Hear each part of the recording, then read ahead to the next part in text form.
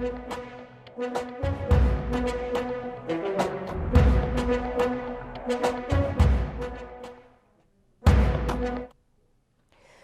6 बजेको प्रदेश समाचारमा तपाईंलाई स्वागत छ। नमस्कार, म प्रतिमा। सबैभन्दा पहिले प्रमुख प्रदेश समाचार।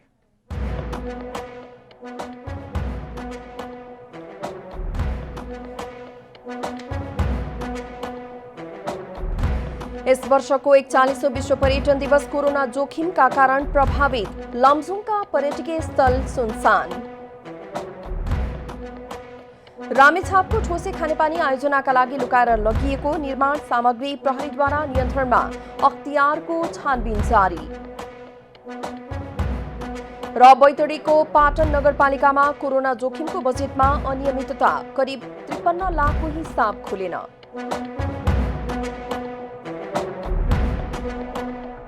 अब पूरा समाचार। विश्वव्यापी रूपमा फैलिएको कोरोना भाइरस संक्रमणको जोखिमसँगै यस वर्षको 41औं विश्व पर्यटन दिवस पनि प्रभावित भएको छ। लमजुङमा अघिल्लो वर्षहरूमा औपचारिक कार्यक्रम गरी पर्यटन दिवस मनाउने गरे पनि यस वर्ष भने सुनसान भएको हो। अघिल्ला वर्षहरूमा यो सिजनमा अन्नपूर्ण पदमार्गसँगै लमजुङमा आन्तरिक तथा बाह्य पर्यटकहरू खचाखच हुने गर्दथे। विश्व पर्यटन दिवसको दिन पर्यटन व्यवसायीहरू पर्यटकहरूको स्वागत सत्कारमा व्यस्त रहन्थे। आन्तरिक तथा बाह्य पर्यटकहरूको दैनिक चहल पहल हुने लमजुङमा यस वर्ष भने आगमन शून्य भएको छ। अहिले यो कोभिडको कारणले चाहिँ पर्यटन चाहिँ ठप्प हुँदा चाहिँ अरू त मास टुरिज्म त त्यस्तै हो, ग्रामीण पर्यटनमा पनि धेरै असर परेको छ। 6-7 महिना चाहिँ अब चाहिँ ग्रामीण पर्यटनहरू बन्द हुँदा चाहिँ गाउँलेहरूलाई एकदमै गाह्रो भइरहेको छ।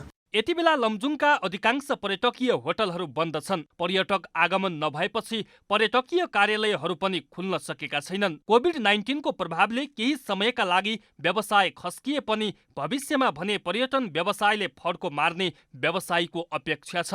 विश्व यो महामारीले गर्दा हाम्रो यो पर्यटन व्यवसाय चाहिँ अब 6-7 महिना भइसक्यो ठ्याप्पै भइरहेछ। त्यही पनि हाम्रो मनस्थितिमा कस्तो छ भने त्यही अवस्थामा चाहिँ अब रहँदैन जस्तो चाहिँ लाग्छ। अब यो कोरोना सकेपछि अझै पनि हाम्रो पर्यटन चाहिँ अब पर्यटक व्यवसाय चाहिँ अब राम्रो हुन्छ, पर्यटकहरू भित्रिन्छ जस्तो चाहिँ हामीले चाहिँ लागिरहेको छ। त्यही भएर हामी चाहिँ त्यति साह्रै हामी चाहिँ अब निष्क्रिय, जुन हाम्रो मन चाहिँ सानो मन गरेको छैन त्यस्तै लागिरहेको छ। कोभिड-19 को जोखिमसँगै जारी लकडाउनका कारण लामो समय प्रभावित भएका पर्यटन व्यवसायहरू अब भने सरकारले व्यवसायका लागि वैकल्पिक आधार खोज्नुपर्ने धारणा राख्न थालेका छन्। अब हामी वैकल्पिक बाटोहरू खोजेर पनि हामीले पर्यटनहरू चाहिँ गाउँमा लानुपर्छ, आन्तरिक पर्यटनहरूको घोषित गराउनुपर्छ भन्ने कुरा हो। त्यसैले चाहिँ अहिले नेपाल सरकारले पनि त्यो सुरु गरिरहेछ। पर्यटन चाहिँ सधैँभरि यो कोरोनाको कारणले चाहिँ बन्द गरेर बस्यो भने धेरै मान्छेहरू बेरोजगार हुन्छ, धेरै मान्छेहरू खान नपाउने हुनसक्छ। त्यसैले चाहिँ सबैले चाहिँ यो अब वैकल्पिक बाटोहरू के गर्दाखेरि ठिक हुन्छ, आफूलाई जोगाएर कोरोनासँग लडेर पनि पर्यटनलाई चलायमान गर्नुपर्छ। लमजुङ सदरमुकाम बेसी सहर सहित पर्यटकले भरिभराउ हुने अन्नपूर्ण पदमार्ग र सो अन्तर्गतका होटेलहरू अहिले सुनसान छन्। पर्यटकीय गाउँहरू विशेष गरी सार्क नमुना घलेगाउँ, गाउँ सहरको काउलेपानी, राइनास, सिउरुङ, मर्स्याङ्दीको खानी गाउँ, छापा, बेसी सहरकै खासुर सामुदायिक होमस्टे प्राय सुनसान बनेका छन्। लमजुङबाट सन्देश पौडेलको रिपोर्ट। पर्यटन दिवसको अवसर पारेर लुम्बिनीमा साइकल र्याली गरिएको छ। लुम्बिनी र आसपासका क्षेत्रको आन्तरिक पर्यटन प्रवर्धन गर्ने उद्देश्यले र्याली आयोजना गरिएको हो। 41औं पर्यटन दिवसको अवसर पारेर रूपन्देहीको भैरहवादेखि लुम्बिनीसम्म करिब 23 किलोमिटरको दूरीमा साइकल र्याली गरिएको छ।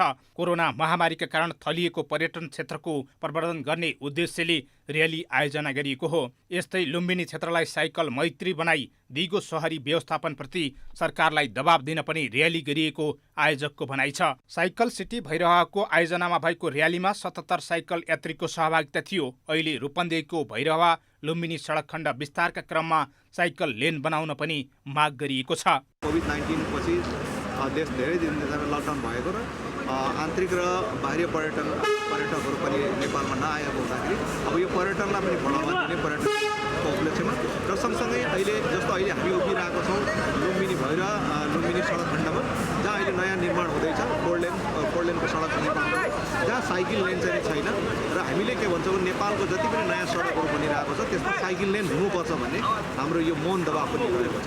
मानिसहरूमा साइकल चढ्ने बानीको विकास गराउन पनि र्याली निकालिएको हो। साइक्लिङले लुम्बिनीको वातावरण संरक्षणमा ठूलो टेवा पुर्याउने साइकल यात्रीको बुझाइ छ। पूर्वाधार नभएका कारण समस्या भएको उनीहरूको भनाइ छ।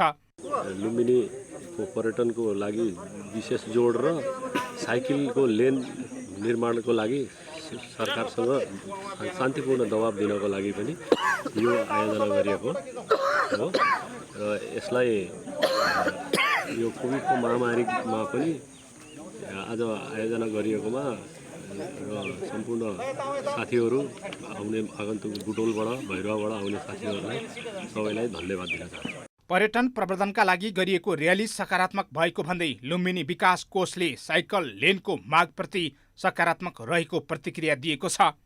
हामीसँग ऐतिहासिक साक्ष्य र प्रमाणको आधारमा भन्ने हो भने पुरानो तीर्थयात्रीको मार्ग एउटा के थियो भने विचार गर्दा चिनिया तीर्थयात्रीहरू मध्येमा 5औं र 7औं शताब्दीमा आएका फायान र स्वेन्जाङ भन्ने व्यक्तिहरू कपिलवस्तुबाट लुम्बिनीबाट रामग्राम हुँदै चाहिँ कुशीनगर गएका थिए।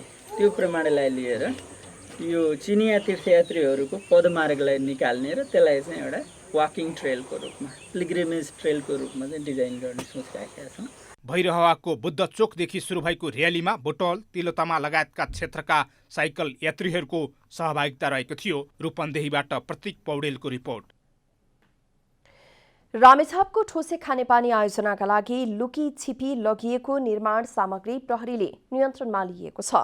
अख्तियार दुरुपयोग अनुसन्धान आयोगले आयोजनाको छानबिन गरिरहेको र अख्तियारबाट जोगिने उद्देश्यले रातारात ढुवानी गरेको निर्माण सामग्री प्रहरीले नियन्त्रणमा लिएको हो। रामेछापको गोकुलगंगा गाउँपालिका 2 ठोसेमा सञ्चालित ठोसे खानेपानी आयोजनामा कामै नगरी भुक्तानी लिएको समाचार जनता टेलिभिजनमा प्रसारण भएपछि स्थानीयले अख्तियारमा उजुरी दिएका थिए। शारदा माध्यमिक विद्यालय ठोसेका व्यवस्थापन समितिका अध्यक्ष समेत रहेका स्थानीय महेशलाल प्रधानले तत्कालीन खानेपानी डिभिजन कार्यालयसँगको मिलेमतोमा काम नगरी रकम लिएको खुलासा भएको थियो। आयोजनाको इन्टेक र पाइपलाइनको काम नै नगरी 20,000 लिटरको एउटा ट्याङ्की मात्रै निर्माण गरेर आयोजना सम्पन्न भएको प्रतिवेदन बनाई प्रधानले 52 लाख रुपियाँ रकम भुक्तानी लिएको खुलासा भएको थियो। आयोजनाबारे अख्तियार दुरुपयोग अनुसन्धान आयोगले छानबिन थालेपछि कारबाहीबाट जोगिन प्रधानले रातारात निर्माण सामग्री ढुवानी गरेको स्थानीयको आरोप छ। रातारात काम गरेर कारबाहीबाट जोगिने उद्देश्यले लैजाँदै गरिएको निर्माण सामग्री ठोसे प्रहरीले नियन्त्रणमा लिएको बताइएको छ। यो केसमा अख्तियारमा मुद्दा परिसकेको छानबिन हुन बाँकी थियो। उहाँहरूबाट बच्नको लागि चाहिँ उहाँले रातारात चोरी काम गरेर रातिसम्म पठाउने, त्यो अलिकति जङ्गल बिचमा भाग भएको हुनाले त्यहाँ दिउँसो त कोही हेर्न जान सक्दैन, तर सामान पुर्याएर काम गरेर उहाँहरू बस्ने उपाय चाहिँ खोजेको हो भन्ने हामीले बुझेको छौँ। अब योजना सम्पन्न छैन, अब बजेट पास भइसकेको छ भन्ने सुन्नमा आएको छ। अब कतिपयले भन्छ यो ठाउँमा गर्न खोजेको, अब कतिपय ठाउँमा यसलाई नगर्ने हो भन्नेमा आएको छ। तर निर्माणकर्ता प्रधानले भने उक्त सामग्री खानेपानी आयोजनाका लागि नलगिएको प्रश्न पारेका छन्। अब धेरै सामान पनि छैन, तपाईँले सामान पनि हेरिसक्नुभयो होला। मान्छेले बोकाउनु भएको भारी सामान छ, त्यो सामान जुन बेला ट्र्याक्टर आउँछ त्यही बेला चाहिँ पठाउन लागि मैले ल्याएर आएको। अन्य स्थानीयहरू भने प्रधानको प्रष्टीकरण सत्य नभएको दावी गर्छन्। पुलिसलाई इन्फर्मेसन गरेर हामीसँगै पुलिससँग गएको, यहाँ ठोसे चौकीबाट होइन, हल्दार साहब असै साहबहरूसँग गएको।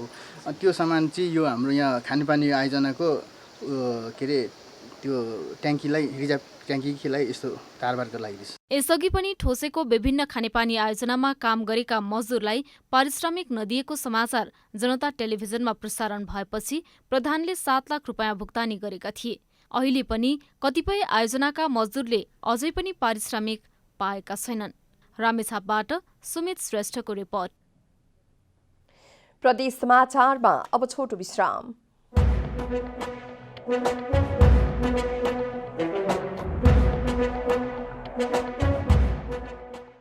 प्रदेश समाचारमा अब थप समाचार। बैतडीको पाटन नगरपालिकाले कोरोना संक्रमण जोखिमका बेला 53 लाख रुपैयाँ बराबरको आर्थिक अनियमितता गरेको भेटिएको छ। राहत वितरण, प्रचार प्रसार र खाद्यवस्तु ढुवानीमा अनियमितता गरेको भेटिएको हो। बैतडीको पाटन नगरपालिकाले कोरोना जोखिमका बेला आर्थिक अनियमितता गरेको भेटिएको छ। राहत वितरणका लागि आफूखुसी खाद्य वस्तु खरिद एवं ढुवानीका क्रममा 53,15,721 रुपैयाँ बराबरको आर्थिक अनियमितता गरेको छानबिन समितिले सार्वजनिक गरेको प्रतिवेदनमा उल्लेख छ। लेखाशाखाबाट विभिन्न शीर्षकहरूमा चाहिँ शङ्का लागेको शीर्षकहरूमा चाहिँ हामीले हिसाब किताब माग्दै गयौँ। त्यो अध्ययनको क्रममा त्यो दिएको लेखाले दिएको चाहिँ प्रतिवेदनका विभिन्न शीर्षकहरूमा अध्ययन गर्दै जाँदा खाद्यान्न सामग्री खरिदमा चाहिँ अनियमितता भएको देख्यौँ, गाडी सञ्चालनमा अनियमितता भएको देख्यौँ र पत्रिकाको नाममा चाहिँ अनियमितता भएको देख्यौँ। प्रतिवेदन सार्वजनिक भएसँगै छानबिन समितिले कानुनी कारबाहीको प्रक्रिया समेत अगाडि बढाउने जनाएको छ। उक्त विषय अख्तियारसम्म पुर्याउने समितिले जनाएको छ। कुनै व्यक्तिलाई मनपरी कारणले आफ्नो यो व्यक्ति फलानु व्यक्ति भनेर सिधै गाडी फलानु व्यक्तिलाई दिने भनेर त्यो निर्णय गर्न मिल्दैन। त्यस्ता निर्णयहरू गरेर यहाँ चाहिने अनियमितता छ, त्यो पनि अनियमितता हो। तर हामीले यसलाई कारवाही गर्नुको लागि हामी अगाडि बढ्नुपर्छ र यसको लागि अख्तियारले पनि पहल चाल्नुपर्छ। अनियमितता नगरपालिकाका कर्मचारीदेखि जनप्रतिनिधिहरूको समेत संलग्नता रहेको समितिले ठहर गरेपछि नगर प्रमुख केशव बहादुर चन्दले प्रतिवेदनको आधारमा गल्ती गर्नेलाई कारबाही गरिने बताउनुभयो। अनियमितता गर्नेहरूबाट नै क्षति रकम असुल उपर गरिने नगरपालिकाको भनाइ छ। पालिकामा कुनै कुरो आयो भने त्यो कुरो नगर प्रमुखसँग ठोकिन्छ अथवा त्यो कुरोको लागि जिम्मेवार म पनि बन्न सक्छु। कारण के त भन्दाखेरि कार्यपालिकाले गरेका कुराहरूमा चाहिँ त्यसको प्रमुखको नाताले मैले चाहिँ हेर्नुपर्ने हुन्छ र प्रशासनिक कुराहरू टोटल जिम्मेवारी हामी लेखा र प्रशासनको जिम्मेवारी हामीले चाहिँ प्रमुख प्रशासकलाई नै दिएको अवस्था हुन्छ। छानबिनका क्रममा कर्मचारीहरूले समितिको काममा असहयोग समेत गरेका थिए।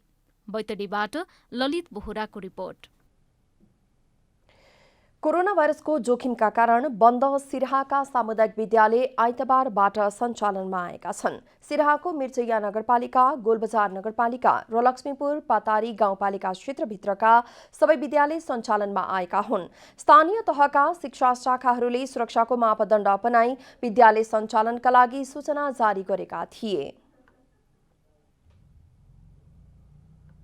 77 6 महिना 11 गते आइतबारदेखि विद्यालय सञ्चालन गर्ने निर्णय गर्यो र त्यसमा हाम्रो शर्तहरू छ। शर्तमा हाम्रो छ सबभन्दा पहिला विद्यार्थीहरू विद्यालयमा जाँदाखेरि त्यो विद्यार्थीहरूलाई थर्मोगन लिएर गेटमै चेक गर्ने र कुनै किसिमको ज्वरो देखाएमा त्यो विद्यार्थीलाई घर पठाइदिने भनेर निर्णय भएको छ। र अर्को छ त्यस्तै विद्यालय प्रवेश गरिसकेपछि साबुन पानी वा सेनिटाइजर लिएर राम्ररी हातमा हात धुने र त्यसपछि मात्रै कक्षा कोठामा जाने र मास्क प्रत्येक विद्यार्थीको मास्क अनिवार्य हुनु पर्यो र कुनै विद्यार्थी कारणवश मास्क घरमै छोडेर आएको छ भने त्यस्तो विद्यार्थीलाई विद्यालयले नै व्यवस्था गर्न हामीले निर्णय गरेका छौँ।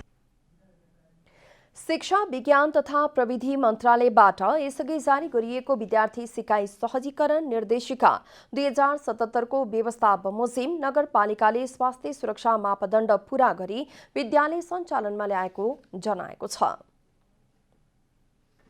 प्रदेश समाचारमा फेरि पनि छोटो विश्राम।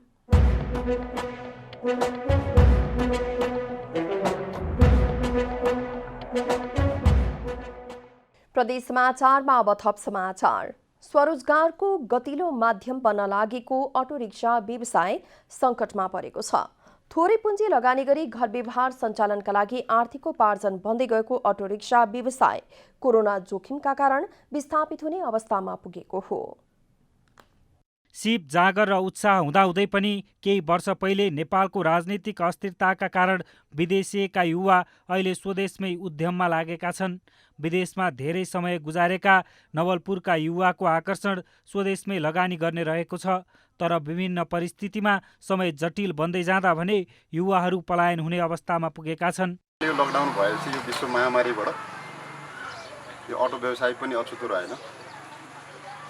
यो व्यवसाय हाल आएर अलि धराशायी नै हुने हो कि भन्ने चिन्ताले पनि सताइरहेको छ।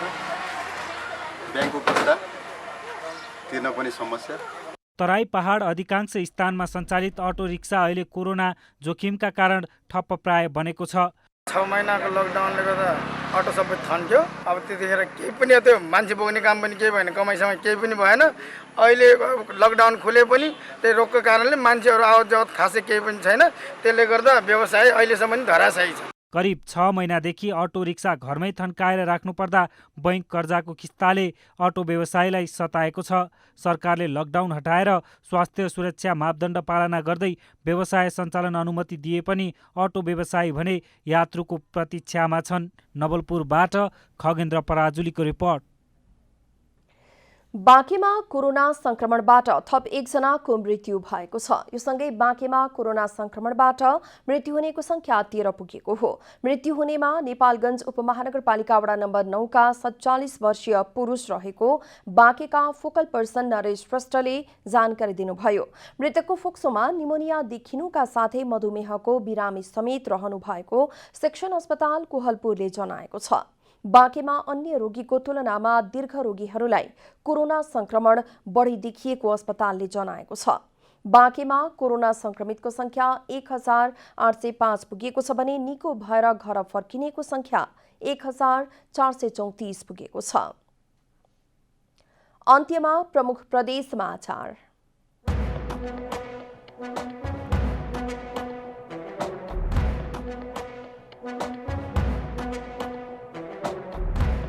इस वर्षको 41औं विश्व पर्यटन दिवस कोरोना जोखिमका कारण प्रभावित, लमजुङका पर्यटकीय स्थलहरू सुनसान। रामेछापको ठोसे खानेपानी आयोजनाका लागि लुकाएर लगिएको निर्माण सामग्री प्रहरीद्वारा नियन्त्रणमा, अख्तियारको छानबिन जारी। र बैतडीको पाटन नगरपालिकामा कोरोना जोखिमको बजेटमा अनियमितता, करिब 53 लाखको हिसाब खुलेन।